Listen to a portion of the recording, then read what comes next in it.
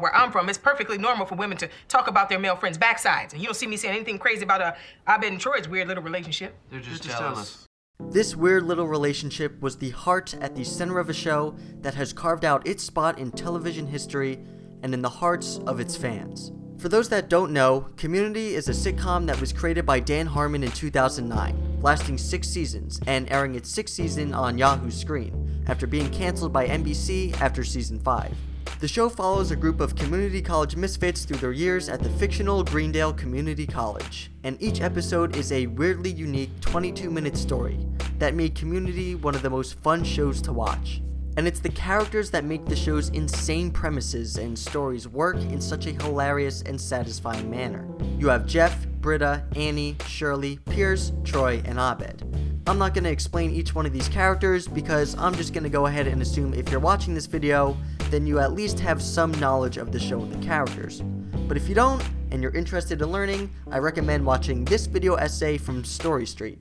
It's very well done, and the link is in the description. But for now, I want to dive right in and explore the characters in the title of this video. Now, when I was thinking about what character to focus on, I was immediately drawn to Troy or Abed. I would pick one and start to think about how to explain the character, and quickly realize I could not talk about one without talking about the other, because these two are inseparable, joined at the hip in what is my personal favorite best friend duo of any television show. A few of my favorite moments of theirs include the Biblioteca rap, Crumping, actually just all of their episode end tags, especially the ones where Jeff joins in, the Zombie Halloween Party, Blankets and Pillow Forts, Christmas Wrap, Paintball, all their handshakes, many, many more, and a very sad goodbye, which we will get to. What makes these characters work so well is that they each bring out the dormant traits within one another, as opposed to the learned traits. Now, when I say dormant traits, those are what I like to call traits within characters that are hidden underneath the surface at first, but are brought out over time through interaction with other characters and events. In other words, Troy and Abed bring out the best in one another.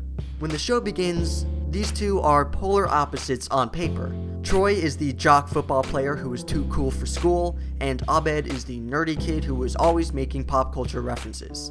But it quickly becomes apparent that there is some chemistry brewing between these two.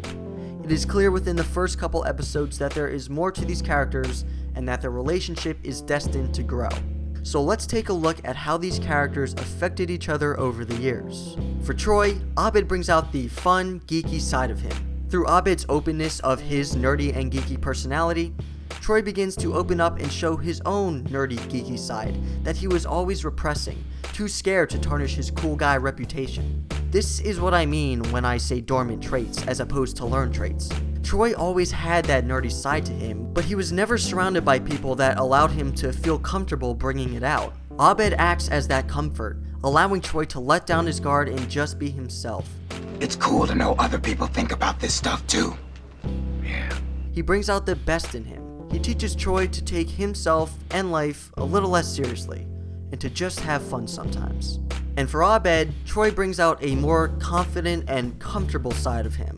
While Abed has always been himself around others, spewing meta references about pop culture and connecting them to real life situations, no one had ever taken the time to actually get to know him. He had passed off as an oddball annoyance his whole life. Even his parents thought this way, not taking the time to understand and accept him for who he is. The study group was the first real group of friends and family he ever had. And Troy was his first best friend, a friend he could be comfortable with, and for the first time in his life, someone who didn't roll their eyes and scoff at everything he said and did. Instead, he was a friend that enjoyed Abed's personality and actually took part in his crazy antics. For the first time ever, Abed wasn't alone in his ways.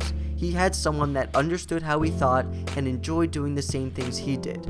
Abed could be happy and comfortable having someone who took him for how he was and enjoyed his company. But Troy also acted as an adult guidance for Abed, grounding him and getting serious when necessary. He taught Abed that not everything could be a fun fantasy world, and that sometimes he had to be present in the real world and take responsibility for himself and others.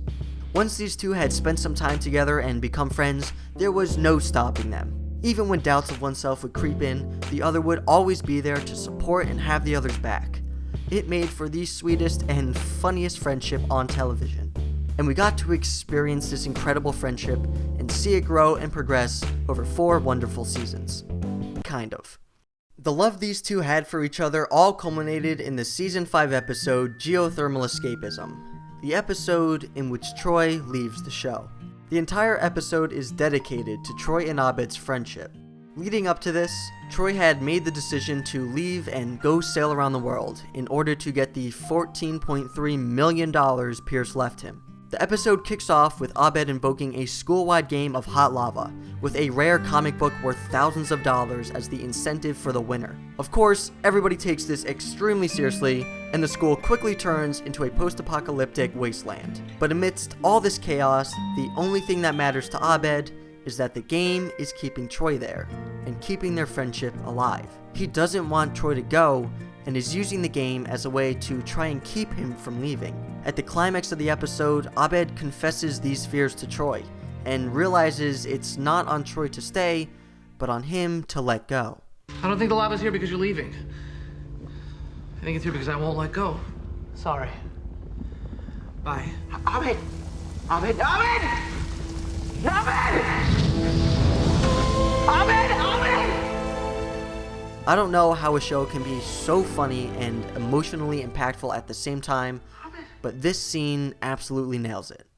After Troy and Britta bring Abed back to life via cloning him, it's finally time for Troy to leave.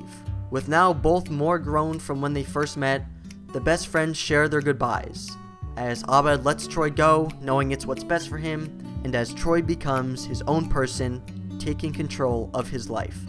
Character journey complete. Watching Troy leave the show was one of the saddest moments I have ever witnessed in regards to TV or movies. And the first time I watched Community, I was in denial until the very last episode, holding out hope that Troy would return at some point, even if just for a cameo. But as fans know, that never happened. Even though the show continued to be great, it was a gut punch to watch this duo split up.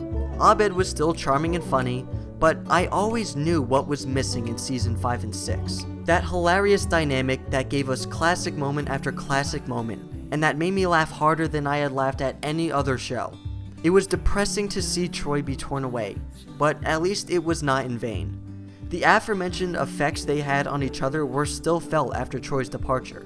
Abed had grown into a more confident and independent person, leaving in the last episode of the show, moving to LA to work on a sitcom.